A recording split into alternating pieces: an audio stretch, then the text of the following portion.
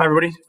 Today we're going to be taking a look at the crankshaft as part of our notes here on engine components. So one of the things, or sorry, let's start again here. So the crankshaft is really one of the core pieces of any engine. Okay, its main job is to convert reciprocating motion into circular motion. Okay, reciprocating motion means up and down motion. So basically, we've got the piston that's moving up and down, right? Okay, we're using gas explosions to move that, and the crankshaft's job is then to convert that into rotary or turning type of motion. Okay, so we're again converting an up-down motion into a turning motion, and that happens with the crankshaft here. You can see that we have a shaft, and then it kind of breaks and moves up positions here, and then goes back down. So the crankshaft is held by these outer parts here, okay, on the left and the right, and the piston is connected here, okay, in the little space in between there, and it kind of revolves around in an offset manner, okay, and that's what actually then spins the shaft here, all right. Well, we would have attached on the outer sides of the crankshaft here on the left-hand side, or what's known as the PTO side, we would have a gear or a pulley or a wheel or a belt attached here, and this is how we're making machinery work. Okay, we're driving a set of gears that's turning something else, or we're driving a wheel or something else directly, but that's really the main idea.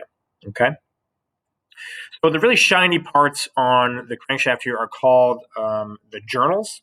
Okay, and those are spots where either a bearing or another object is going to connect to the crankshaft. These areas have been machined, okay, with high precision. They need to be very accurate because they're spinning very, very fast. Your engine is typically moving anywhere between 2,000 and 3,000 RPMs or revolutions per minute. So that's a lot of turning, okay? 3,000 times in a minute is pretty fast. And if these things are not very precise, the engine's going to begin to shake uncontrollably. Or things are going to heat up real fast and break pretty quick. Okay, so keeping these journal areas in good order is very important. They need to constantly be oiled. And that's an area that we will check on our engines. We'll do some precision measuring to make sure that they are still within the acceptable range for the engine. Okay, what can happen over time on the journals here, if they're not properly lubricated, is that you'll actually get deposits on them. So aluminum will start to build up on here, or you'll start to see it burning, and that can cause the part to warp. And again, that can kind of cause problems within the engine. Okay. On the lower half here, we have two kind of like larger arcs, and these are weights. Okay, they're called the throws or counterweights. And basically, since the connecting rod or the piston is attached on the upper part of the connecting rod journal, we need something to kind of balance out that weight. Otherwise, we'd have a very jerky kind of motion, one kind of lopsided. And again, that would cause the engine to shake a whole lot and things would start to break soon. So basically, the weights down here are meant to keep the balance of the engine along the center line here of the whole shaft, even though there's a lot of force being put on the connecting rod journal area by the piston. Okay. The other journal that we have is the flywheel journal. So this is actually where the flywheel would sit. And notice that you can always tell the flywheel side because it has a tapered end here. In fact, if you haven't gotten to it yet, when you go to pull off the flywheel when we're disassembling our engines here, it's going to be very hard to get off. In fact, we usually need a special puller to pry it off, and that's because it's forced very tightly onto that tapered end, and makes it very hard to get off, which is intentional. Okay, but that's how you can always tell the difference between the flywheel side and the PTO side. Okay. The counterbalances also just kind of help the crankshaft to keep its momentum. So when we think back to our 4 engine cycles, the only cycle where we're actually putting energy into the crankshaft or into the engine is during the power cycle.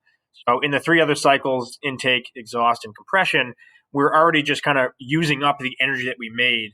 And so the counterweights here just kind of help to keep things in motion, right? Once we've set something in motion, it's easier to keep it in motion. It's hard to start something moving when it's at a full stop, okay? And so that's another part of the job of the throws or the counterbalance, okay?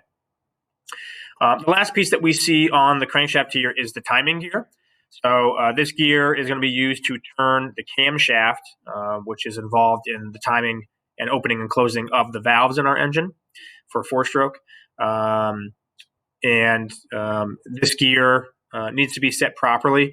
On some of the crankshafts, this gear will slide off. It may be plastic or metal. On some crankshafts, it's actually built right into, or it's part of the crankshaft altogether. And it's hard to see in this picture here, but there is a small dot or mark down at the bottom. That's the timing mark. And so when we're reassembling the engine, we'll need to align some timing marks to make sure that the crankshaft and the camshaft and all the other engine parts are kind of in sync. Otherwise, we'll have bad timing, meaning that intake and compression and spark creation will be out of whack, and that will cause the engine not to run.